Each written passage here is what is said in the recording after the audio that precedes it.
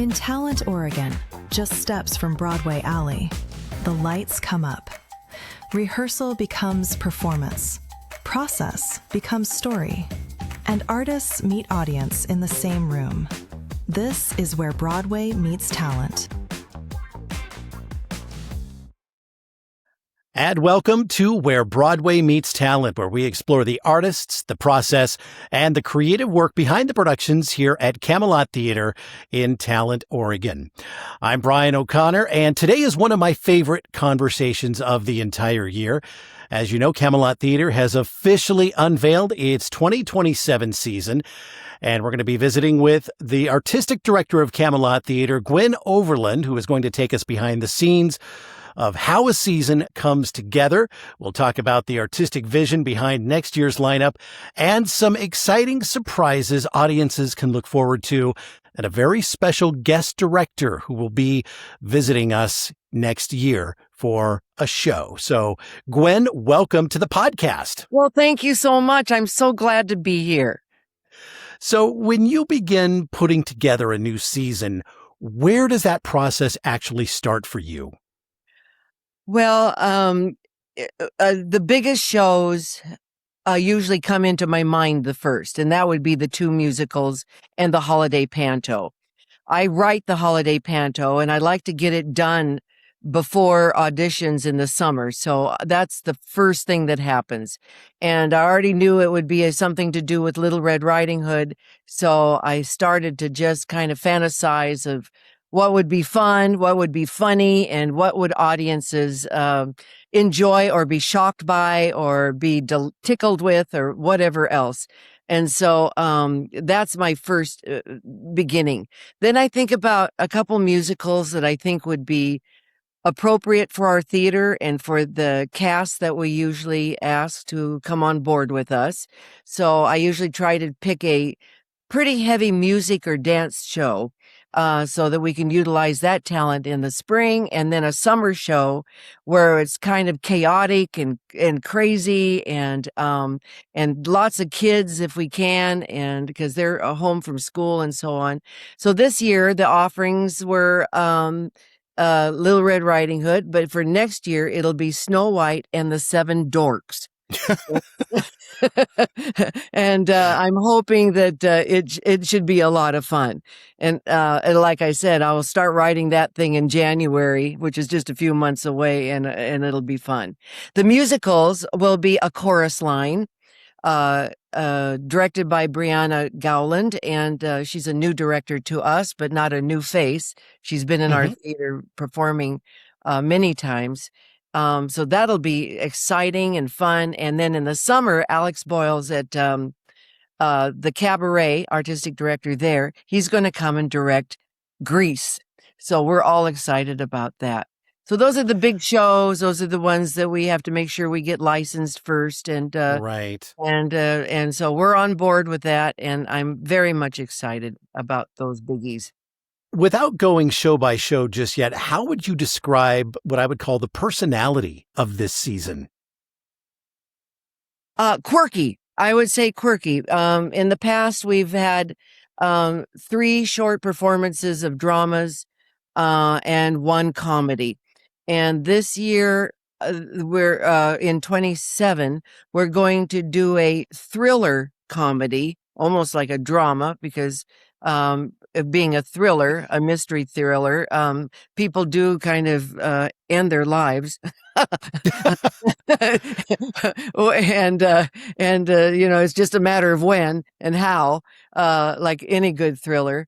And then also the comedy that I've chosen, which is more of a drama. Well, it's kind of it's a tragic comedy.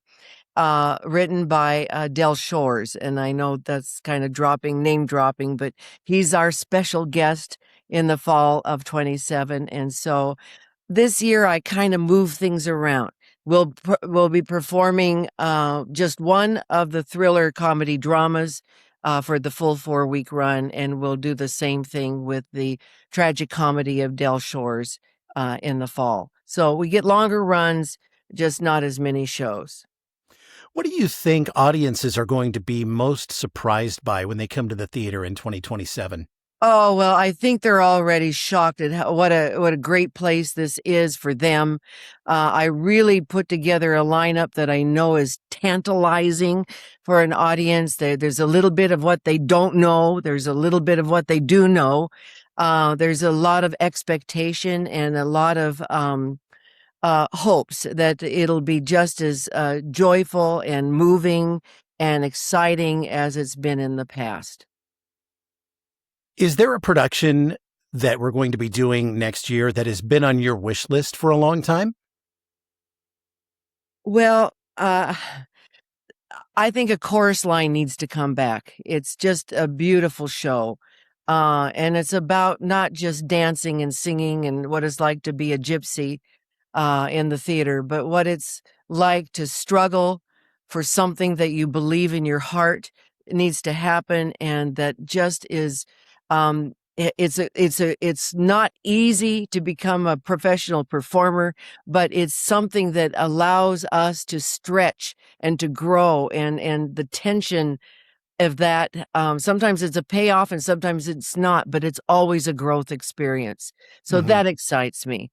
And Grease is just a ribald fun. I want the kids who come to our theater to perform to just go nuts and have fun. They're so talented.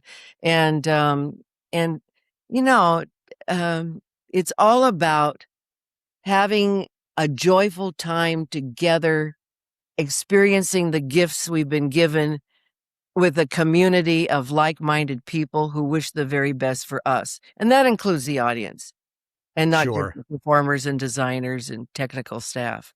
Right. So let's go ahead and dive into this and go through these shows, get a little bit more deeper into these. We're going to be starting the year with a great spotlight on Whitney Houston. Yes, we need to do that. She brought so much elevation to pop music and personality. I think it'll be a wonderful show. It's going to be sponsored and performed with the Rogue Suspects. And they did such a bang-up job with Aretha Franklin this year that I know it's going to be a fabulous show. Kathy Noah will be writing the script again, as she did with Aretha Franklin. And I know it'll be quite moving. It's a story that's difficult sometimes to hear, but at the same time helps us understand and look inside the heart and the mind of an artist who is really um, given gifts that we can't even imagine to us as listeners and people who love the arts. Right. So the thriller comedy you referred to is next. That is the classic Death Trap. Yes. Oh my gosh. Todd Nielsen is going to direct that. And I can't think of a better person to to do this play.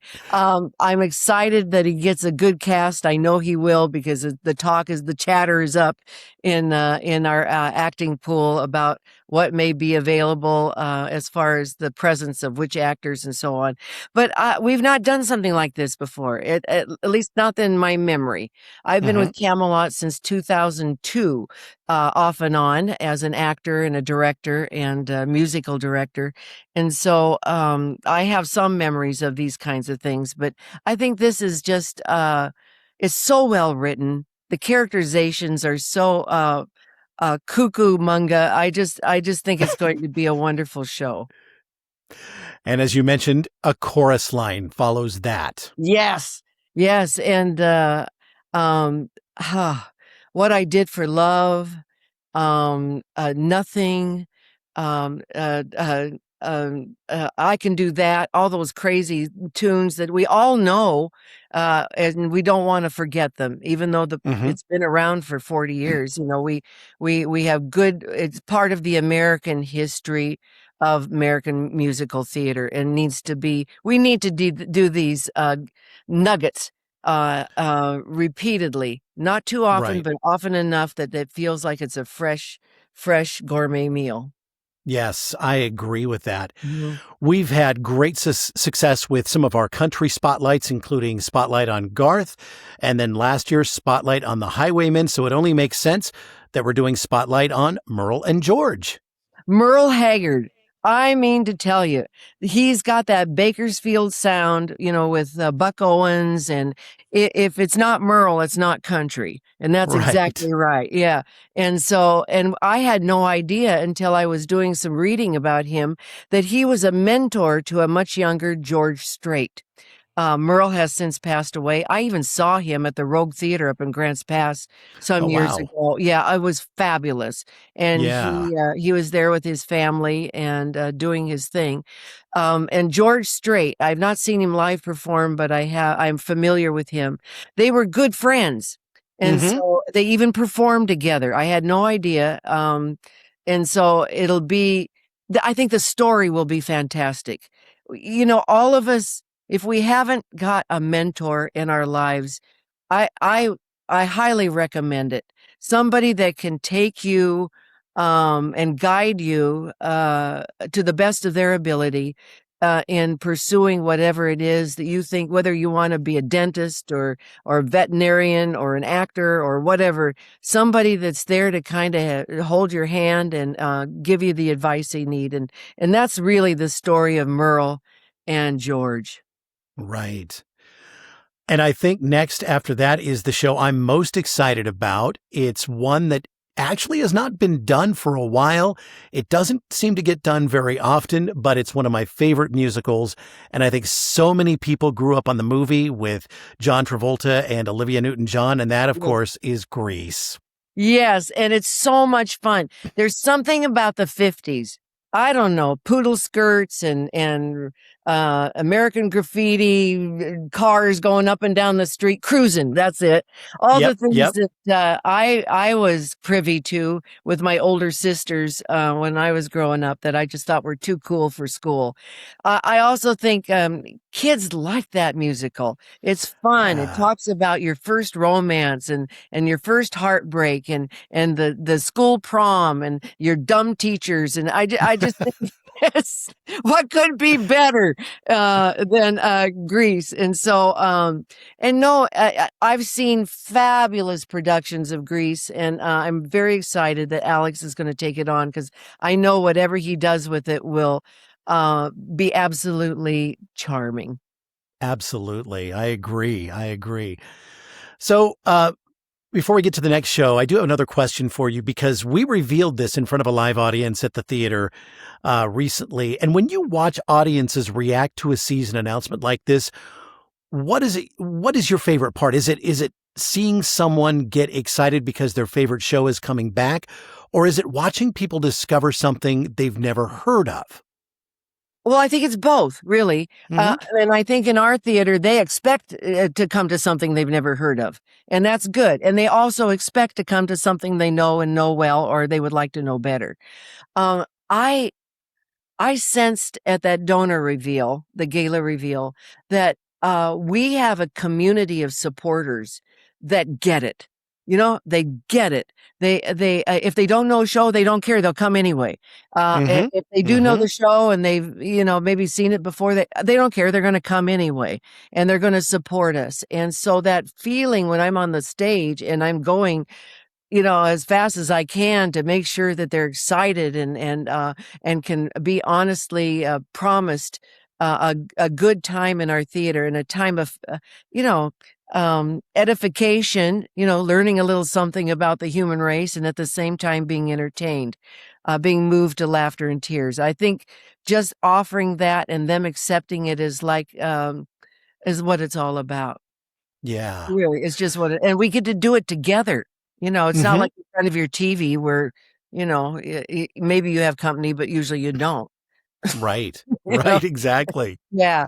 So there's something about laughing with somebody that you don't know or you sort of know tangentially, because you've seen them before at the theater is what we need. It's very exciting. I feel like I'm part of the human race. And, Hmm. I'm not always feeling that from other situations in our social framework these days. In fact, I wonder what Right. we're doing half the time. Yeah, exactly. Yeah. Exactly. Well, following Greece, we have a very cool spotlight, a little bit different for us, but it is getting a lot of praise on our socials right now. Spotlight on Adele. Yes, she's such a force of nature, and people have loved her music. I wanted to do a spotlight on someone who is still with us, who Hmm. will have a great career. She's taking some time out now, I think, to appreciate her new marriage and maybe have another child. It And I wanted to find a vehicle for one of my favorite actors that in this valley, Kristen Calvin, who has made a choice to have twins. I don't know if that was a choice, but she ended up with twins. She She did. she did, and she's been raising these lovely little children, and with the help of her parents and her husband and other family friends. And I wanted her to come back in a theater. She's a powerhouse as a vocalist, and she does perform a lot with the Positronics and with Robbie DaCosta. But Hmm. this one is about an actress who who is a singer, and even though Adele doesn't act in Broadway musicals and so on, she is a performer par excellence, and she is a vocal. You need to have your pipes if you're going to perform Adele. Beautiful songs that she's written and had others write for her. So I think, and she's a testimony to someone who comes from nothing and becomes something, and a real crusader for honoring her past and Hmm. for looking forward to the future. Right. One announcement that really caught my attention quickly was the play This Side of Crazy by Del Shores. And many of our audiences remember Del visiting Camelot last season while we were doing his play Daddy's Dyin', Who's Got the Will, which was also, a major motion picture back in the day. Yeah. Now he's coming back to direct one of his own plays, which what a special opportunity. And I know you've been friends with him going way back to when dinosaurs roamed the planet. Well, that's right, at Uh, least 40 years ago. yeah, Yeah, tell and me, now I'm a tell me how, dinosaur myself, so tell me well, how all of this came together with this play and him coming in to direct it. yeah, well, I was looking for a vehicle for me to act with, and Mama Wheelis was wonderful in Daddy's Dyin', and I loved it. Was in Daddy's Dyin', two other attempts, and I was Sarah Lee, and I was also Lurleen. And so now I'm of an age where there's nothing left except for I could play Daddy, I guess, and just die on the stage, but I don't think that's going to work. No. Although Dell's got a new play called Mama Doesn't Die, which I can hardly wait to read, but Oh my the goodness. idea, I know. But I talked to him about, he's got a couple of plays that I would be good for, but he said that, you would be perfect for Diddy Blaylock as the name of the woman whose role I'm going to perform. And I wanted him to direct Daddy's Dyin' so bad, but he just had conflicts galore. So I caught him this year. I caught him when he was not thinking and out of his mind. And I talked him into coming to Ashland Talent and to Medford and to direct the play and stay with us for the opening week. And I think it's Mm, going to be great. It's the story of a woman who years earlier was raising her three little girls on her own, and she was writing Christian music. And she made the decision to write music for this little singing children's group called Superstars for Jesus. And it's so typical of Southern Texas humor, which is dysfunctional families. Aren't they the best? In fact, I think it's an oxymoron. So yeah. family means dysfunction. So enjoy it, embrace it, go Yeah. nuts with it. And it's unfortunately, since the children went through that ordeal, it was with their stage mother slash songwriter, their lives have come apart. And Diddy is at a point, she's in her 70s now, and she's wondering what can she do to try to bring the family back together again, to put her stamp on her life, to see what can be done about her reputation one last time, and she's asked by the Gospel Music Television committee to have a special about her life, and she agrees to do it if indeed they say she can get her three daughters together to perform. And she says, "Of course I can." And then she realizes that that's probably not going to happen. And so Right. that's the story. So it's about three adult daughters and their mother, who is aging and having a difficult time managing her life, and how it can make sense and find value in a life that hasn't been perfect, but it's still been a blessing. What do you think makes Dell's writing so distinctive? Honesty. Mm. He's honest. He says the things that we think, but but we don't say, because we know Yeah. there's ramifications. But that's family. Family, if anybody can get your goat, it's somebody in the family that says the truth. You know it's the truth. Right. It pisses you off. So it's like, how dare you say that? But it's.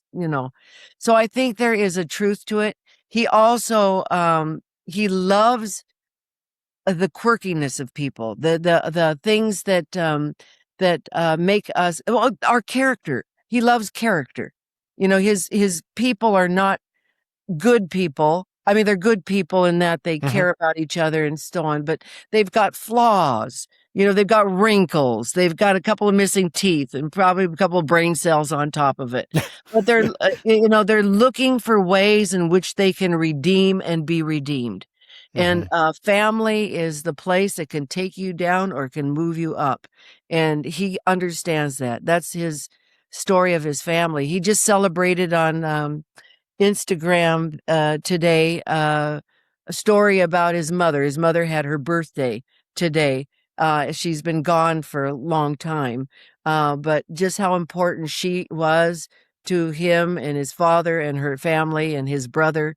And he still cherishes that wonderful memory of her. Mm. And I think there's parts of Lorraine Shores in almost every play he writes, because Mm.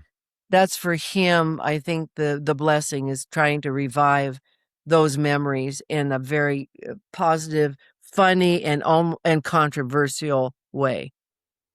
I think one of the most common things we heard from audience members after coming out of Daddy's dying was, "Oh, I recognize that person in the play. That's my uncle. That's my, brother, whatever." Because Right. we all have those people in our family that, and you can identify with. And in that show particularly, I thought that was very cool to hear that. And the more you Yeah. think about it, the more truth there is to that. Oh, I think so. I think we try really hard to have the perfect family. And, you know, every mythological story, every biblical story, every story in the Torah, I mean, and then they're all about what's wrong. So Hmm.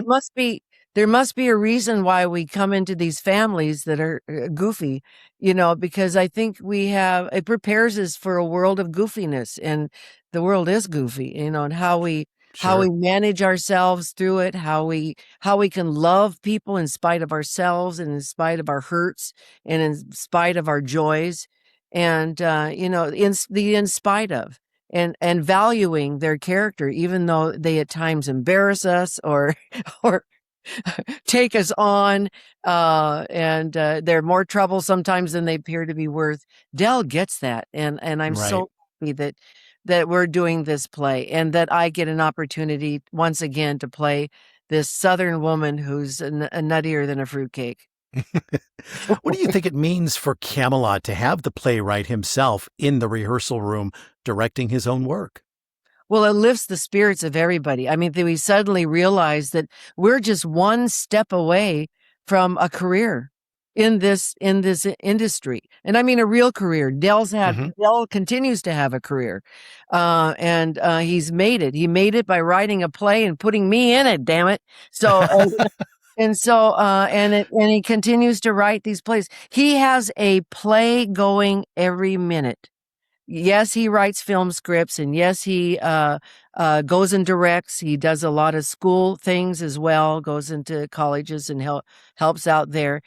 He has a Southern Writers Foundation where he tries to give writers, especially LGBT writers, an opportunity to speak their voice, where in the South it's sometimes muffled, Hmm. for other reasons. And I just think he's a hero. He's a valuable person, and he's a great resource for me, not only as a theater person, but as a person. He lifts my soul. Do you think audiences who love Daddy's Dyin' will find that same heart and humor in this side of crazy? Yes, and it won't be easy. This is not going to be as easy for them. Hmm. Not that when Daddy dies, that's easy to watch, but Sure. it's the next step. How do we manage our lives, and how does our life manage us, and what is of value, and what can we still carry, what can we still carry even if it's not golden, maybe Right. it's Right. the fool's gold or whatever, but it's what is there about us and our family, and the future of the stories. I don't know about you, but I think almost everybody has somebody in the family who's a storyteller that tells stories. And every time you get together, whether it be Thanksgiving or Hmm. somebody's birthday, those stories come in, and you've heard them a million times, but they're the glue that keeps us united. And especially if we've lost a parent, or we've lost a grandparent, or we've lost a sibling, Hmm. we come alive telling those stories, and they come alive inside our hearts. So I think this story will be, even though I don't think there's a single person out there coming to see the play who has a history in Christian music for children, it will still be a story where they can have a shared experience of doing something that they found valuable, that can and possibly does have a way of resonating long after they're gone. Right. Right.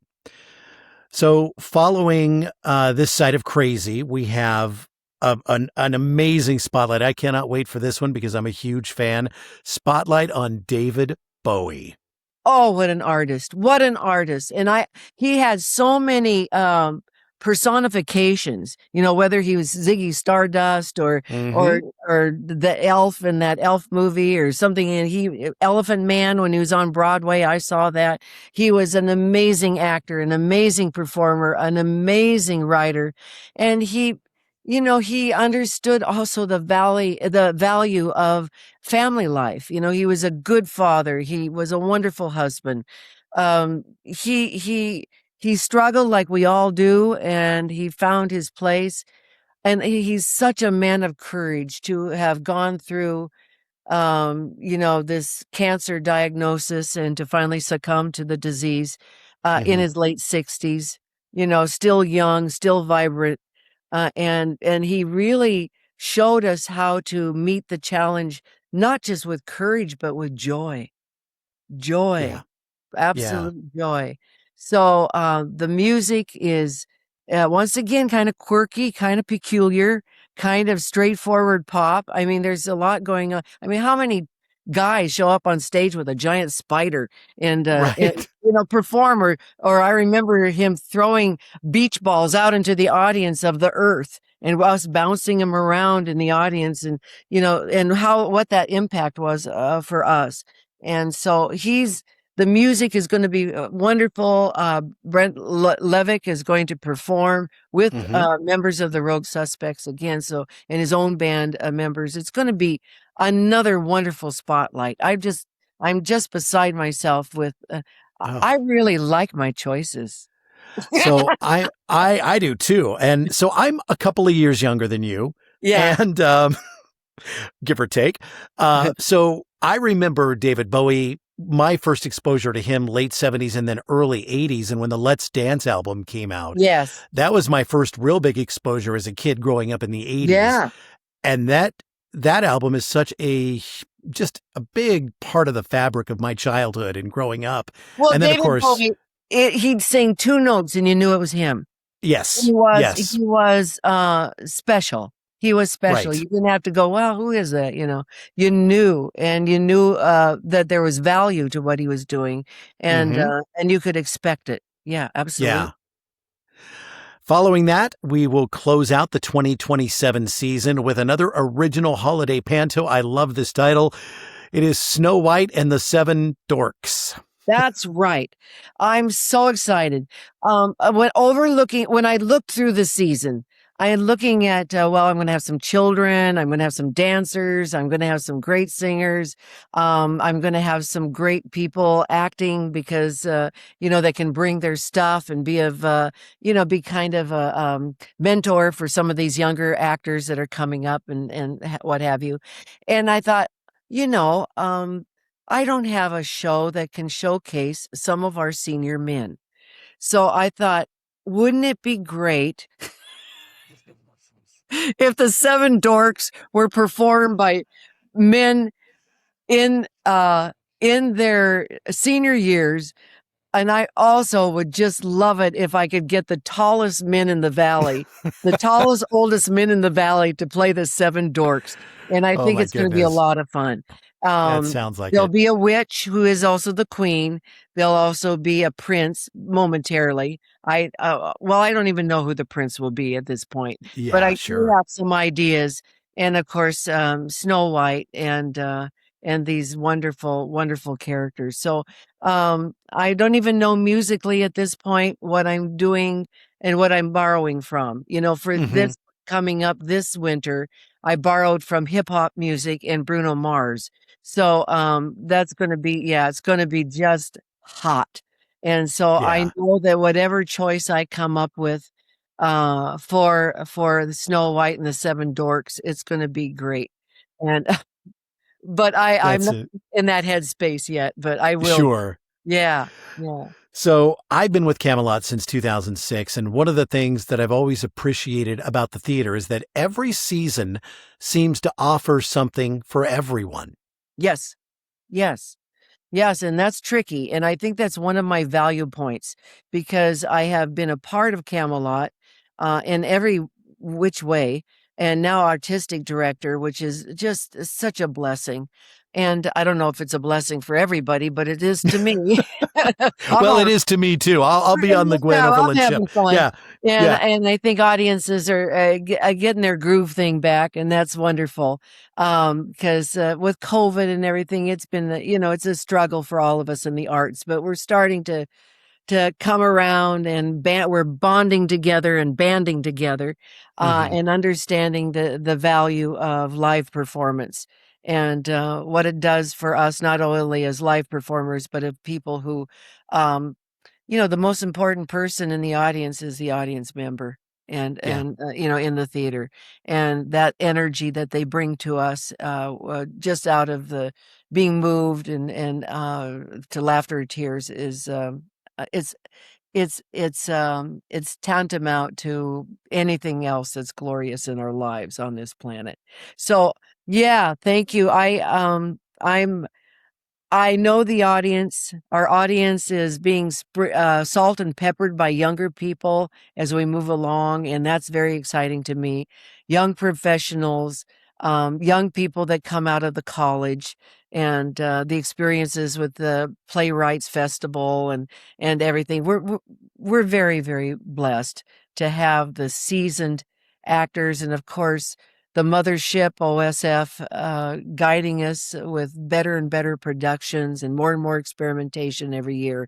We we might be one of the stepchildren, but gosh darn, we're having a good time, and we find value in all the other theaters that are around here, and we work Right. together collaboratively, which is joyful for me. Absolutely.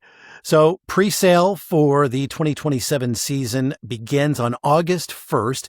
And to check out more details on all of these shows, when they're running, the dates and all that, go to our website at camelottheater.org. They are all up there ready for you to peruse. So, Yes. Gwen, thank you so much for taking the time to give us a behind-the-scenes look at Camelot's exciting 2027 season. Thank you so much. This has been fun, Brian. Thank you. You can listen to Where Broadway Meets Talent on all major podcast platforms, and make sure to catch the full video version of every episode on YouTube. I'm Brian O'Connor. Thanks for spending time with us, and we'll see you at the theater.